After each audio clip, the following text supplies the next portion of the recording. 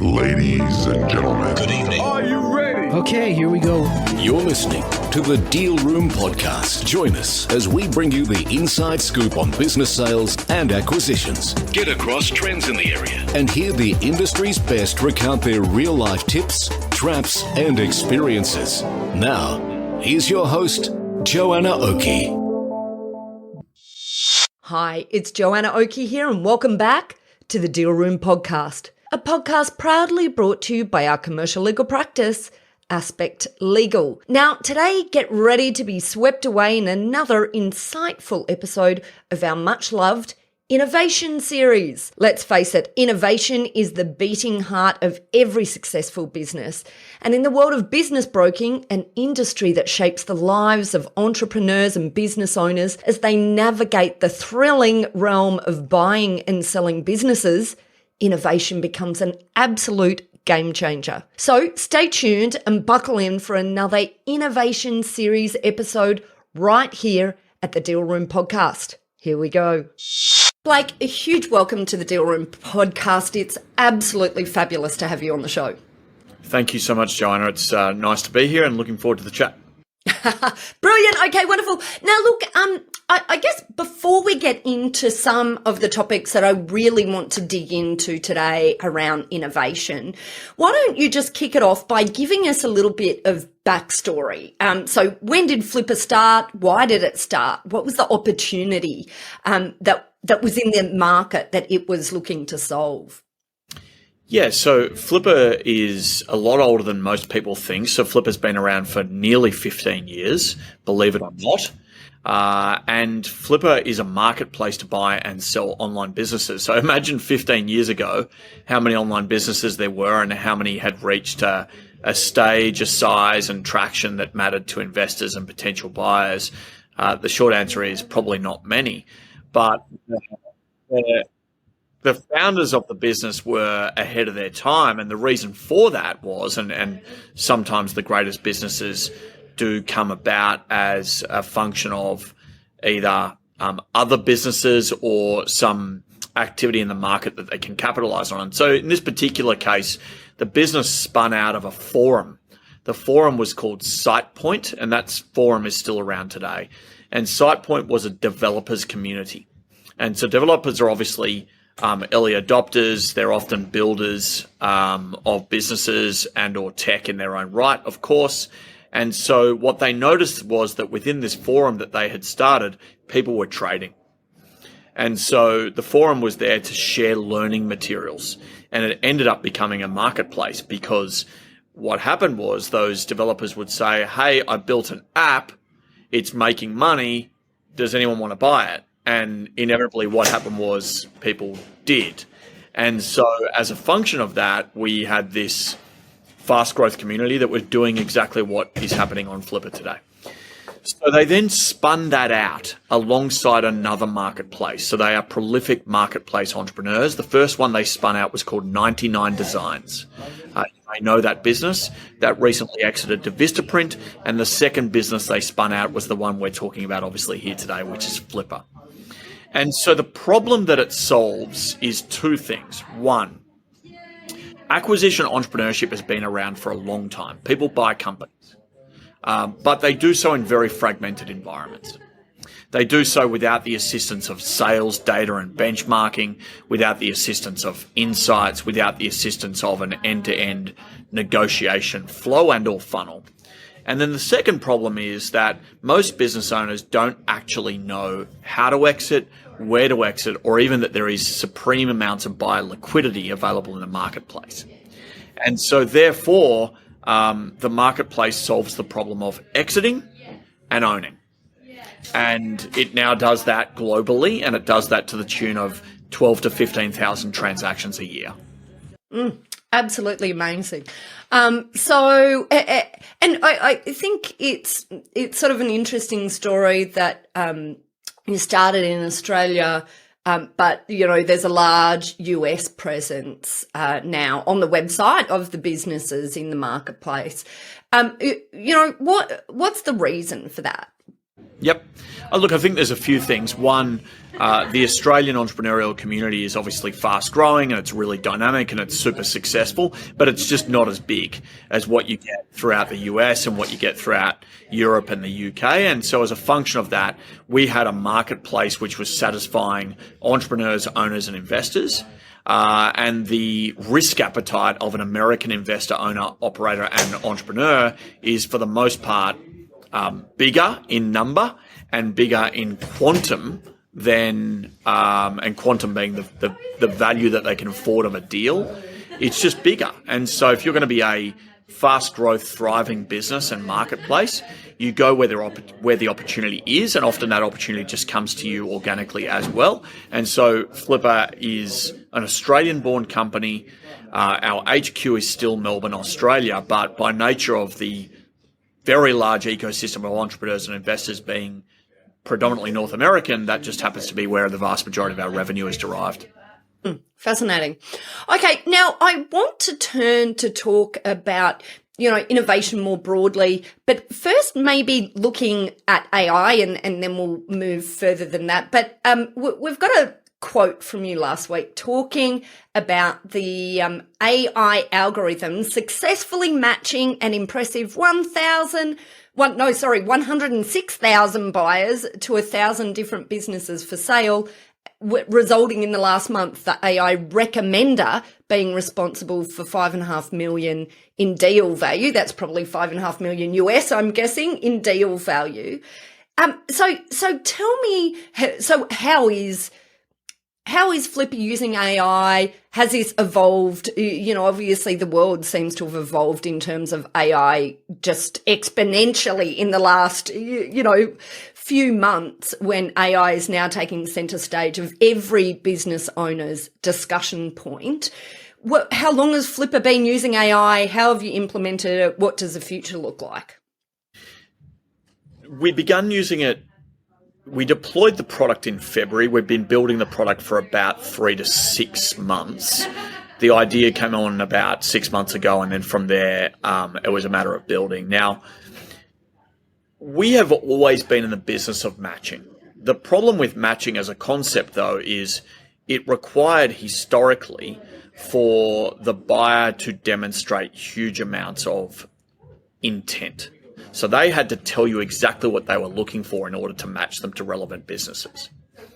With AI, you can infer intent. And so what we have done is essentially build a recommender tool that matches buyers based on their latent and hidden intent with relevant businesses, which we believe and the AI believes very accurately they will be a good match for. And so this is about providing value to buyers, making sure that business owners get every possible chance of selling their business. But to be honest, it's also solving a real business problem. We were signing up between 25 to 27,000 new buyers each month. They come in with a full head of steam. They hunt and search on the marketplace very aggressively. But Flippa's not the type of company that you wake up each morning. You don't wake up each morning and say, I better check out Flippa to see if they've got a new deal. It's not that, right? You don't go to Flippa every day or week like you do go to Coles to go buy your loaf of bread and groceries. And as a function of that, you need a reason for people to come back to your platform and use it. So it solves a real business problem. So essentially what you have is AI helping out with M&A such that there's greater efficiency in that initial matching process.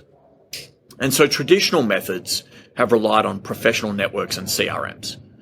So my professional networks are those people I know who want to buy a business that looks like this. And so I pick up my iPhone and I go to the contact section and I start dialing those people. Or I go to a CRM and I send an email blast out and say, hey, I've got this great business. Would you like to buy it? But that's not really sufficient because that assumes that someone in your database is going to actually be interested in that particular business. And that is just that's a shotgun approach. Business owners actually want greater efficiency in the process. And they want to know that when a buyer comes and acquires, that those buyers have a very high likelihood of being interested in that business. And so AI becomes increasingly important in revolutionizing the way that M&A is done and the way that deals happen efficiently. So that's what we built. So what actually is it? Well, it's cutting edge machine learning. So it's a system that matches buyers based on latent and hidden intent with quality listings that the AI specifically picks for them. And so what it does is it matches actions and behaviors and informs preferences. So it used to be that a buyer would have to create a mandate. Now that mandate is created dynamically for them based on actions and behaviors of them and other people who look like them. So what does that mean practically? So break it down. Like what's an example of a buyer that comes in? How is that buyer, I guess, processed in the Flippa system in order to identify these matches? So hundreds upon hundreds of different variables, but let's just choose a couple of really, really obvious ones. So the first one is that you could have a buyer like me go and view an asset. Then you have another buyer like me that views the same asset. The original buyer goes on to view 10 other assets. The next buyer along doesn't, but their behaviors on the original asset are similar. They inquire, the size of the offer they put in is similar. Their engagement with that particular listing and the sections of that listing are also similar. So it infers that they would also be interested in the listings that that first buyer went on to look at, even if they haven't demonstrated that intent, as an example. Now, it does that across hundreds of different variables. So what you end up with is this crazy looking alien-like structure, which is called a graph neural network.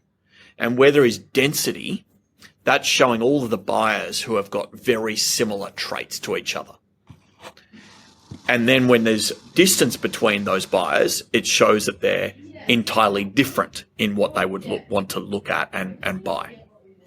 That also happens on the sell side. So it looks at similarities between listings.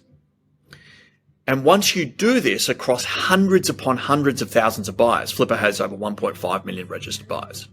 And in any given time, we have 6,500 assets for sale. So we therefore can run these graph neural networks on an always-on basis, and it essentially gets smarter. As Joanna's activity increases on the platform, it starts to infer what Joanna would also be interested in, based on your likelihood of engaging, based on other like buyers and their engagement.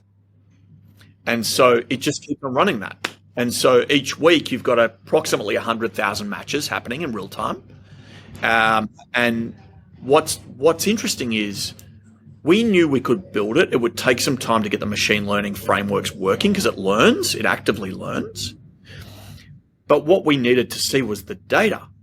And what we've proven is that people love it. So there's two things going on. One, we're engines, so that's text messaging and email.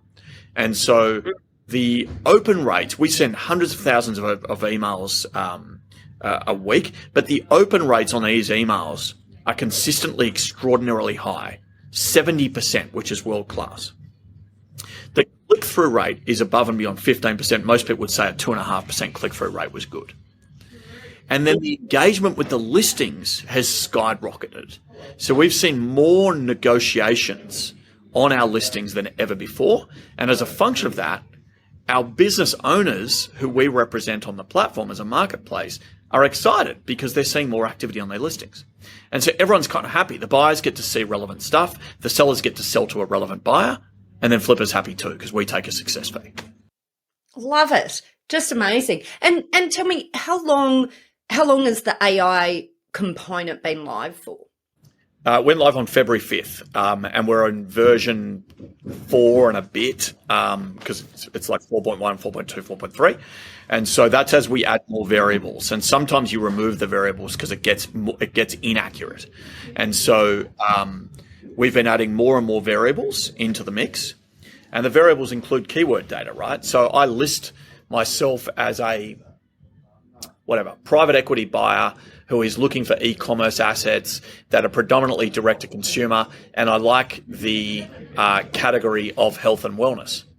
But then, weirdly, I go and buy an e-commerce business that is Shopify, predominantly direct to consumer, but is in the pets category.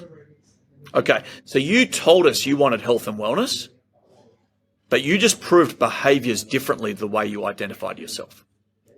So the AI will take that into consideration, and it will then say, we don't care what you said about yourself. And this, Joanna, you laughed before we were doing our briefing call. This is analogous to dating, right? Because actually, I might say, I am interested in people who look like this. Then you put me on a date with somebody else who looks slightly different with a fantastic personality, and all of a sudden I'm in love. And so the reality is AI is far better at matching than the buyer themselves is at understanding their own preferences. Fascinating. Well, you said something before about, there are some variables that are working and some that are inaccurate. Have you got any examples of those inaccurate variables? Oh, I'd almost need to go to the data science team to sort of understand that a little bit more for you. But so sometimes you do have browsing patterns which can misinform. And so it could be that we infer that a buyer is interested in a particular business model when what they're trying to understand is the category. So they might be looking at SaaS businesses or content businesses or apps that are in the pets category, but in fact, they are definitely only interested in e-commerce businesses, but their behaviors infer otherwise. And so what you've got to do is make sure that you then throw in other variables to determine whether those behaviors are in fact a good inference. And so then you would throw in messages. So you would say, okay, well, they might be browsing certain category of assets, but what types of assets do they actually inquire on? And so the AI would then say, okay, well, the variable of browsing isn't actually improving the AI, or the match. It's the variable of messaging, which is a better indicator. And so the AI will naturally reconfigure itself and then kick that variable out. Love it. And you just mentioned data scientists, which matches with a question I was about to ask. You must be collecting a heck of a lot of data there in Flippa. What are there any trends in the market that you're seeing through the data at the moment? Or if you don't have them on hand, don't worry, we can talk about it in another session. We love market trends though here on the Deal Room.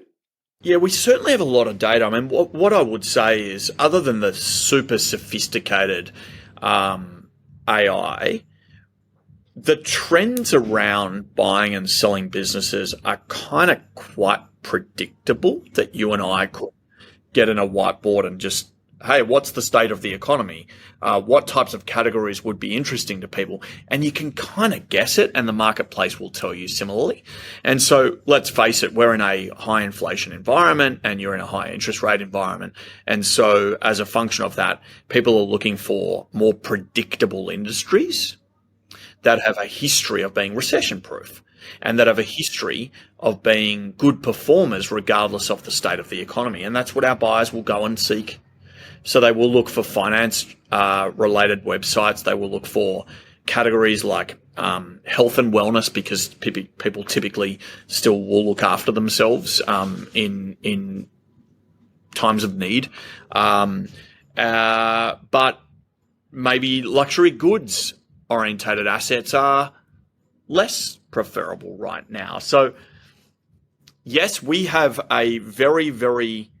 And actually, if you go to the flippa.com homepage and just scroll down, you'll see the long tail of searches that buyers undertake on the platform. And so it will show you that SaaS is number one and that content is number two, but then it will break it down into a long tail around categories like health and wellness, finance, travel, pets, even crypto, right? So that crypto and NFTs literally dropped off a cliff about 12 months ago now. So yeah, we have that data. We watch that data really closely. It's super fascinating, and I'm happy to do a session with you where I screen share and show you some of that. Oh, I'd love it. Well, look, I love hearing about data in this area. And what we, as we said, we might come back and do this on a separate episode, but just very quickly, what are the key data points that you guys are looking at right now? What are the things in the data that you're most interested in looking at? So business multiples is the number one, right? Because what we have to do is inform the business owner as to what their business will be worth, and we have to get that reasonably right. So we will inform business owners on a real-time basis based on our sales data what the likely price is that they could expect. Similarly, we will tell buyers that as well. And so when you're looking at an asset on Flippa, let's, for argument's sake, talk about a $250,000 SaaS business. There is a benchmarking module that sits on the listing page, and that's dynamic. And what that shows you is how that asset is priced relative to other assets like it that are either for sale or have sold. So that gives buyers instant visibility into whether this is overpriced or underpriced. And that's number one, because buyers want to know whether they're in the game and sellers want to know whether they're accurately priced. So that's number one. The second thing we will tend to look at is activity on the marketplace to predict whether something is going to sell or not. And so when an asset has a lot of interest, then we can predictively say that this business will sell, and then we have forecasting around that for ourselves. And so there's data for the purposes of externalizing the use case and giving people value, and then there's data we use for our own benefit. And so, that's a balancing act. Love it. And I guess just back to this general AI topic, you've talked about where Flippa is right now. What are the biggest, what are the short-term developments that you're looking at for the use of AI, or the progression of the use of AI in Flippa? So to be really selfish about it, we are measured by how many listings we win and how many of those we sell. And so the great thing about that is our buyers want us to win listings. So it's very much inextricably connected to the value equation that they seek. And then our sellers want to sell. So that's the conversion. So we're very aligned. There's great synergy between what we try to achieve and what our customers want us to achieve. So that's critical. So then, how do you apply AI to that? Well, you look at the problems that you have in each of those two needs. So the first one is we want to win assets to our platform. And so much like Airbnb, when a host or a homeowner goes to put their house or apartment on Airbnb, there's an onboarding process. And that onboarding process is complex. And so how can AI help to streamline that? Because selling a business isn't easy, and most people don't know what matters. And so you can actually do a lot of that work using AI. So the first thing is, if I say to you, explain your business to me as if someone wanted to buy it, people don't know how to do that. But AI is really good at that. So we can take on all the data, and then we can basically say to the business owner, you can write your own listing description if you want. You can try to sell this to the universe of buyers on Flippa, but we think you're better off utilizing AI to do that. So we do that. They can then hit a button that says generate listing description, and it basically writes this long form brochure that says, aren't we great? And so that's really, really cool. Then the other thing you can then do in the interests of conversion is you can basically write a due diligence report that analyzes all of the data from our 15 different data sources, Google Analytics, QuickBooks Online, Xero, Stripe, Shopify, whatever it is. And instead of just throwing that data at someone, AI will rationalize that data and spit out at you trends, seasonality, skew, which skew is good, which skew is less good by percentages, all those types of things. So it's dynamic in the sense that it enables you to take complex problems and solve them very quickly. And this use case is really relevant. Love it. Absolutely love it, Blake. Well, look, thank you so much for coming on the Deal Room podcast. Very sadly, we've run out of time to talk today, but in good news, we've got you back for another few episodes into the future. I just want to say a huge thank you for coming on to the show. I really enjoyed it. But how do our buyers and sellers who are listening in, I mean, I guess it's pretty obvious how they find Flippa, but where do they go? Are there any, great things that they should be checking out along the way in terms of stuff that they can get on the platform, even if they're not quite ready to buy or sell just yet? Yeah, probably the best thing is just go to flippa.com and subscribe to the daily. It's an email, and all it is a list of deals that comes out each day. And from there, you can learn a lot. You can learn valuations. You can kind of learn what sells and what doesn't sell. And it gives you a sort of, the other thing is you can learn what works well in certain businesses and what doesn't work well in other businesses. So it's got some tips and techniques as a part of that. So I would do that if I was new, and that will take you on a bit of a journey. Love it. Blake, huge thank you for coming on the Deal Room podcast today. Thank you so much, Joanna. Well, that's it for this episode of the Deal Room podcast. We hope you're now primed for your next deal with these pointers and have enjoyed these fascinating insights. Now, if you'd like more information about this topic, then head over to our website at thedealroompodcast.com, where you'll be able to download a transcript of this episode, as well as access any contact details and any other additional information we referred to in today's podcast. Now, if you'd like to get in contact with our guests today and the services they offer, you can go ahead and check out our show notes for a link right through to them and their details. You can also book in directly with our legal eagles at Aspect Legal if you'd like to soundboard your next steps, discuss a legal question, or find out more how we can assist, whether that's with buying or selling a business, or perhaps somewhere in between. Now, don't forget to subscribe to the Deal Room podcast on your favourite podcast player to get notifications whenever a new episode is out. We'd also love to hear your feedback, so please leave us a review and rating if you're already one of our subscribers, or even if you're listening to this podcast for the very first time. Every review helps our team produce valuable content for you. Well, thanks again for listening in. You've been listening to Joanna Oakey and the Deal Room podcast, a podcast proudly brought to you by our commercial legal practice, Aspect Legal. See you next time.